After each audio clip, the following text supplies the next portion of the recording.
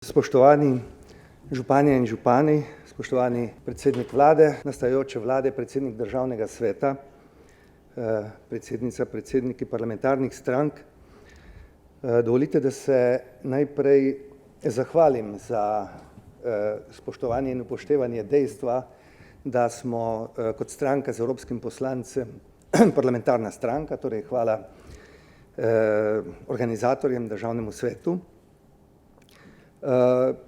Kot stranka, ki pa ima tudi močno zastopstvo v državnem svetu, 8 svetnikov in 41 županov v klubu županov, od nedelje 42, oba kandidata v Šentjerneju sta člana Ljudske stranke, se pa sploh dobro počutimo v tem okolju. Glede na to,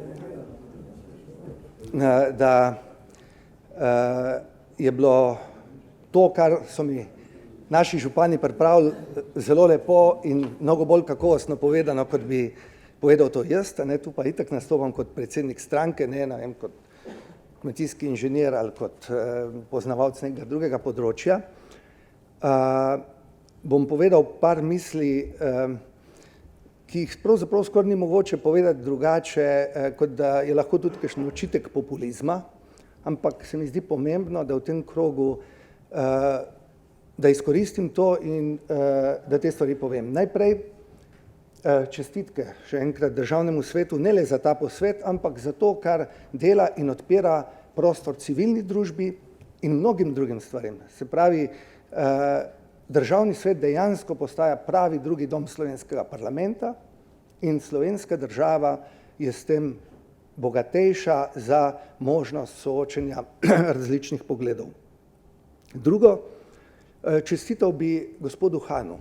Jaz mislim, da prav dejstvo, da je tu z nami vodja poslanske skupine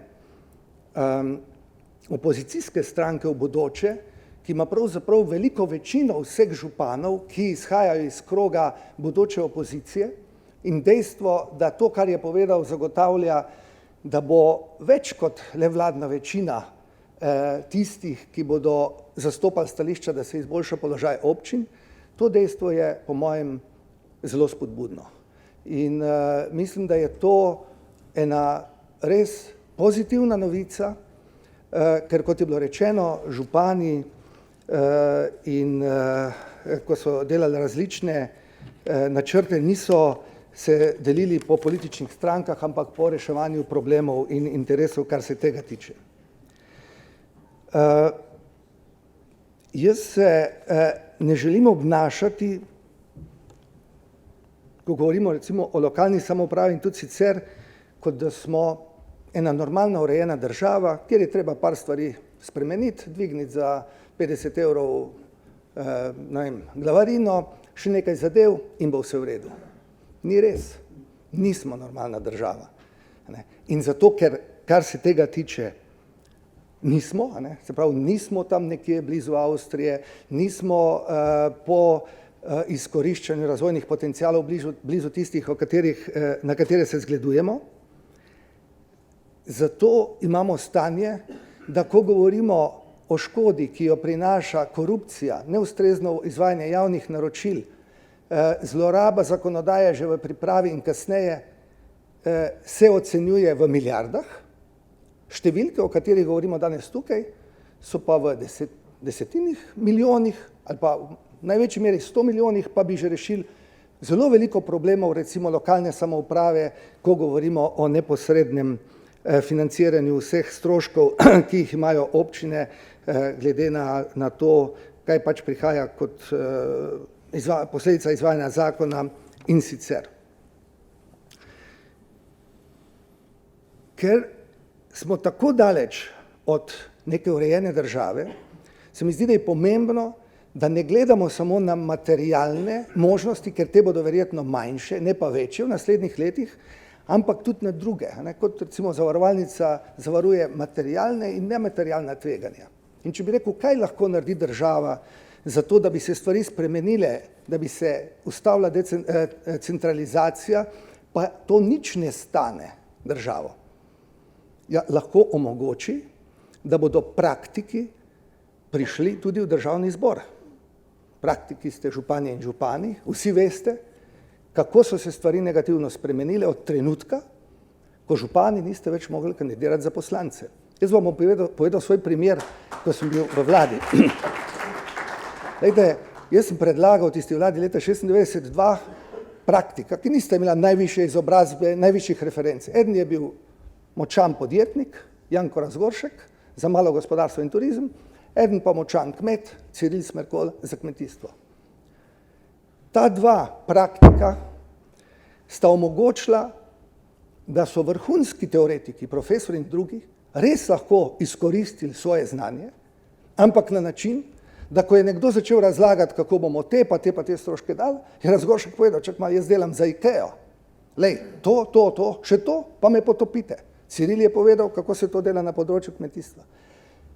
In iz teh polemik in iz teh dogovorov so prišle najboljše rešitve. Jaz sem prepričan, da bi bilo nujno, mislim, da je tudi ustavno sporno, mimo grede, da nek župan ne more biti poslanec, lahko pa je zdravnik, profesor, kdorkoli, samo župan ne more biti. Jaz mislim, da bi bilo nujno, da se v čim krajšem času omogoči, da župani lahko kandidirajo za poslance. Jaz vem, boste vsi rekli, seveda, dela za sebe ljudska stranka, da bi bilo parlament. Seveda, za nas bo to koristno, brez dvoma. Ampak to bo koristno, če tako gledamo tudi za kakšno drugo stranko, predvsem bo pa to koristno za Slovenijo. Zato, ker tudi, če bomo imeli bistveno manjše možnosti finančne, če boste vi imeli župana, ne vem, iz Gornje Kungote, iz Destrnika, iz Tolmina in tako naprej, bo ta župan s tem, ko bo vedel, kako so stvari, bo na poslanskem vprašanju te stvari vprašal, minister bo imel večji respekt, vlada bo bolj neposredno o teh stvareh seznanjena in rezultat bo definitivno bistveno boljši. Tako da bi želel, da se spodbudite, ne glede na to, iz katere stranke kdo izhaja, da spodbudite vse, da bi v čim krajšem času prišlo do te spremembe. In še ena stvar, ko govorimo o ustanavljanju pokrajin. Pokrajine seveda so izjemnega pomena, ker bodo prenesle pristojnosti in sredstva. Prej sem z nekom govoril, vsaj recimo v višini, ne vem, milijarda, 100 milijonov, nekaj takega, kot so ta občinski zdaj, recimo, da bi se še zaenkrat to povečalo. To je izjemnega pomena. Ampak veste, kaj je morda celo pomembnejše? To, da boste o teh sredstvih odločali vi. Ker če se zdaj neka neformalna skupina nekje v Ljubljani odloči, da se bo pač gradil druga cev za enih 50 milijonov dražja, zato da bodo pač za aneksi vsi zadovoljni, ali pa da se bo neka druga zadeva na tak način financirala, potem za tista sredstva, o katerih se bo odločalo na regionalni ravni, kjer boste iz različnih strank, ne vem, kako se reče, guvernerji, ne vem, kako se bojo imenovali ti vodje, ampak se bo o tem odločalo na tej ravni.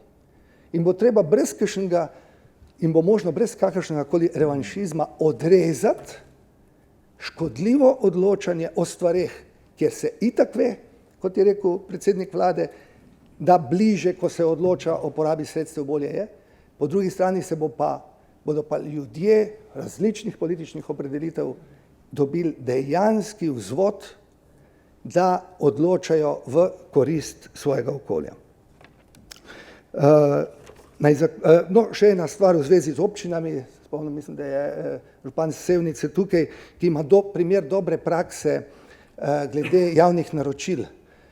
Mislim, da je koalicijska pogodba izjemno dobra in če bo uspelo jo izvajati, jaz sem prepričan 6 let, ne 2 leti, 6 let, bo to nadomestilo številne zamujene priložnosti. Ampak en primer birokracije in debirokratizacije in začetka uporabe zdrave pameti, kmečke ali pa drugačne. A je kdo od vas kdaj izpolnjeval kakšen obrazec za javno naročilo, za hrano, za šole, vrtce, bolnice in tako naprej? A je kdo izpolnjeval? Evo, gospa je izpolnjevala tukaj. Lejte, tisti, ki je izpolnjeval, ve, da recimo 5000 malih, srednjih kmetov v Halozah, Brkinih, Belika in tako naprej, niti pomislene, da bi se s tem ukvarjalo, on bi komot imel tam 100 kil korenja, unga, tretjega, imeli bi 1000 delovnih mest, ohranjali bi obdelano poseljeno podeželje, varno, obmejno, tudi pomislejo, ne da bi to delali. Zato imam veliko zaupanje, da bo nova vlada tudi z našo podporo, kolikor pač lahko pomagamo, tu naredila pomembne korake, vsem občinam pa želim uspešno delo. Hvala lepa.